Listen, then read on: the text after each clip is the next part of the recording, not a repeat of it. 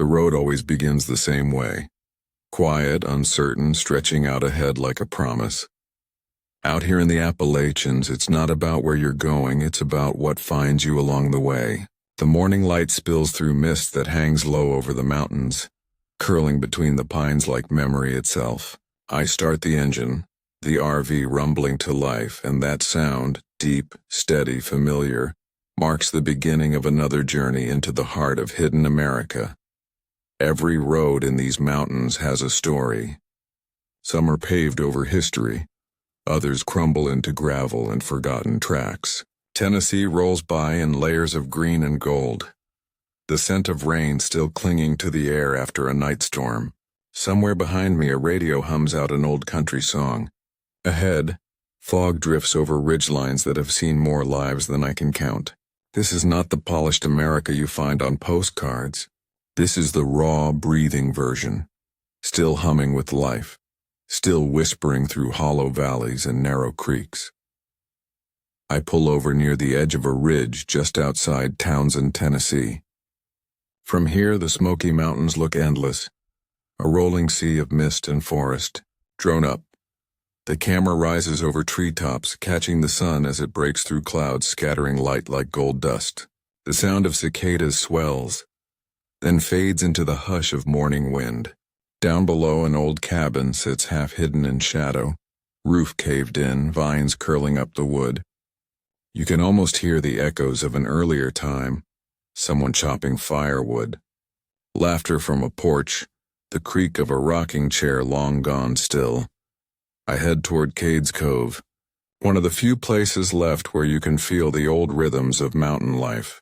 The road winds through tall grass and worn fences, and I pass a weathered sign that simply reads, "Slow down, deer crossing." Seems like good advice for everything out here. Slowing down, you notice the details, the way light filters through trees, the rough texture of bark, the smell of damp earth. In a world that moves too fast, these back roads demand patience. They're narrow, twisting, and sometimes unforgiving, but that's the point. An hour later, I'm talking with a man named Earl who runs a tiny general store tucked off the main road. The sign above the door is faded to a ghost of its former self, and the bell jingles weakly when I step inside. Earl's been here 40 years. Says the tourists come and go, but the mountains stay the same. He tells me about his grandfather's moonshine still, hidden deep in the woods during Prohibition, and how, when he was a boy, he used to sneak out to listen to the creek water running over the copper barrels at night. His voice carries that slow Appalachian cadence, measured, thoughtful, honest. I ask if he ever misses the old days. He grins, taps the counter. They're still here if you know where to look. Back on the road, clouds build above the ridges. The light shifts, turning everything silver and gray. The drone sweeps low along the river that parallels the highway, reflecting sky and mountain in its surface. The RV snakes through switchbacks as rain begins to fall, each drop catching the light like tiny sparks. In moments like this, solitude feels alive. You start to realize that the real heart of these roads isn't what you find. It's what you remember about yourself along the way. Crossing into Kentucky, the land softens, the mountains giving way to rolling hills and deep hollows. Abandoned barns dot the landscape, paint peeling like old wallpaper, and every mile seems to carry a memory of labor and perseverance. I take a detour down a narrow lane leading to Harlan County, once the epicenter of coal country. There's a quiet heaviness in the air, the kind that sits between past and present. Empty rail lines cut through the valley, overgrown with weeds. Somewhere in the distance, you can still hear the echo of engines that no longer run. In a small diner off the main strip, I meet June. She's been serving breakfast here since the 70s. The smell of bacon and coffee fills the air, mingling with the low hum of an old jukebox. I ask her what's changed most over the years. She stirs her coffee, thinks for a long moment. People used to stay, she says finally. Now they pass through. Her words hang in the air like smoke. That's the paradox of travel. You move to discover stillness. But the people rooted here often watch the world move past them. Driving north, the rain clears, revealing a late afternoon glow that paints everything gold. The RV climbs a winding stretch of road that feels like it's been carved by hand into the side of the mountain. Drone shot wide, the vehicle a tiny speck on a vast green canvas.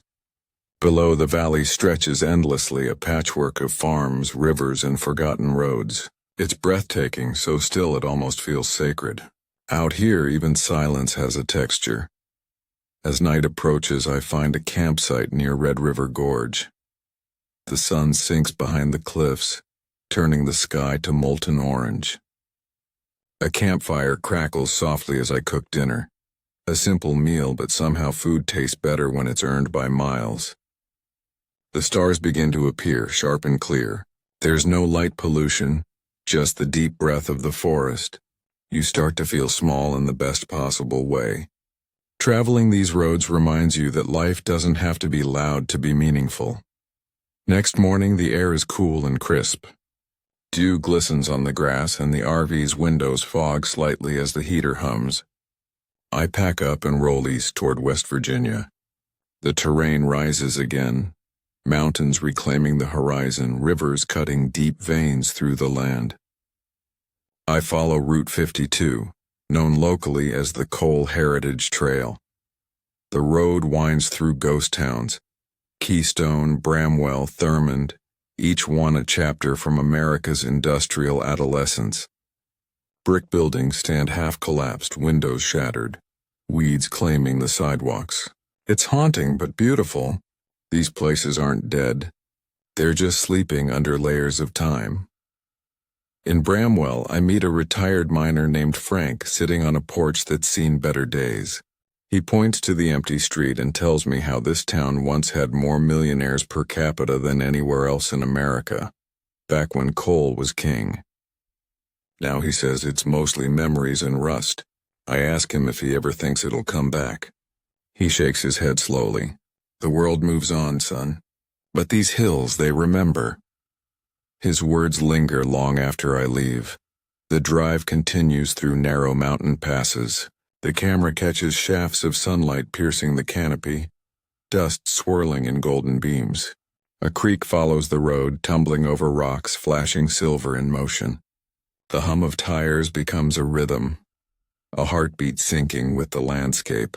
I stop often, sometimes for a photo, sometimes just to breathe.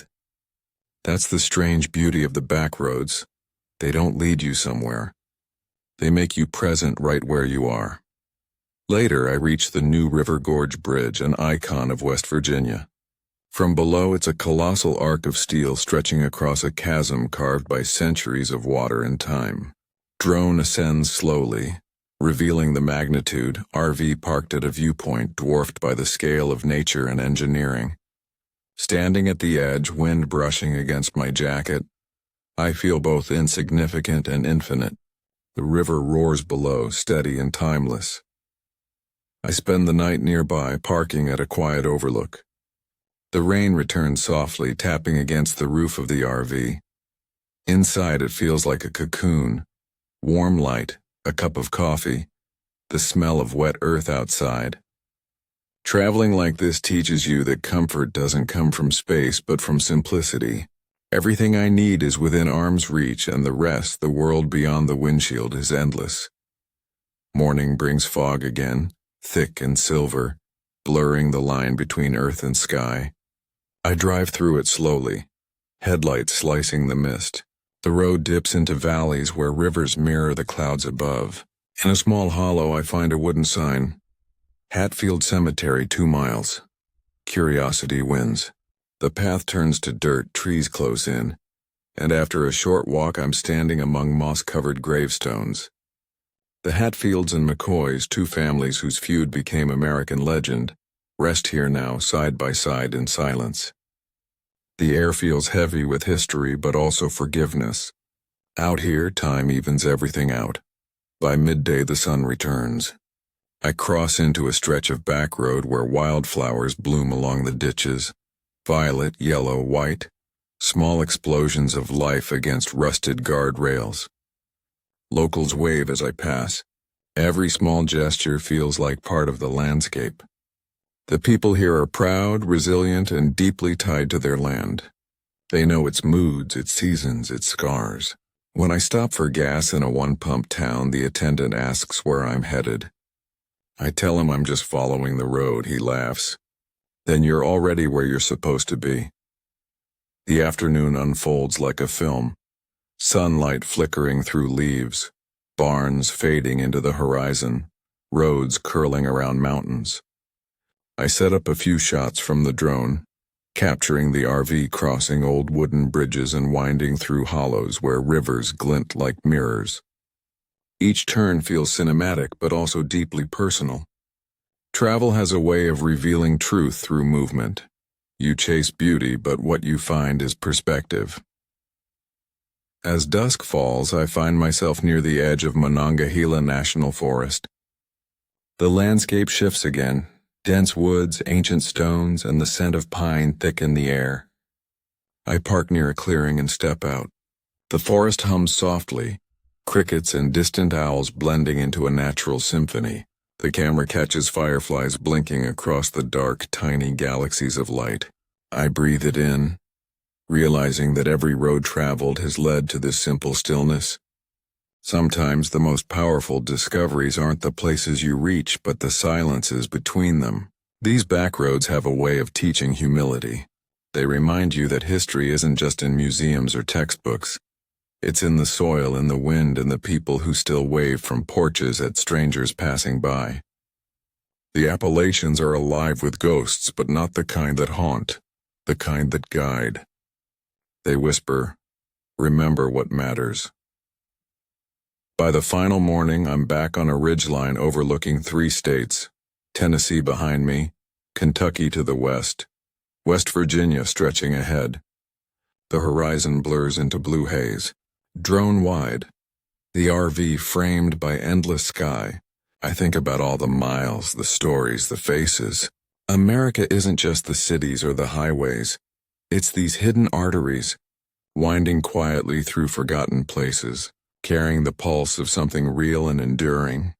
I kill the engine, step out, and let the wind take over. The sound of leaves, distant thunder, a lone bird cutting through the air. It all blends into one vast reminder that the world is still wild, still full of wonder. Out here on the roads less traveled, you find that freedom isn't an idea. It's a feeling born from motion, framed by mountains carried on the scent of rain and pine. So I turn the key again, engine rumbling like a heartbeat, and roll forward into the mist. Another bend, another story waiting just beyond the curve. Hidden America isn't hidden at all, it's right here, breathing beneath the wheels, alive in every mile that dares you to keep exploring. If you've enjoyed the journey, don't forget to subscribe, because the next road is already calling and we're just getting started.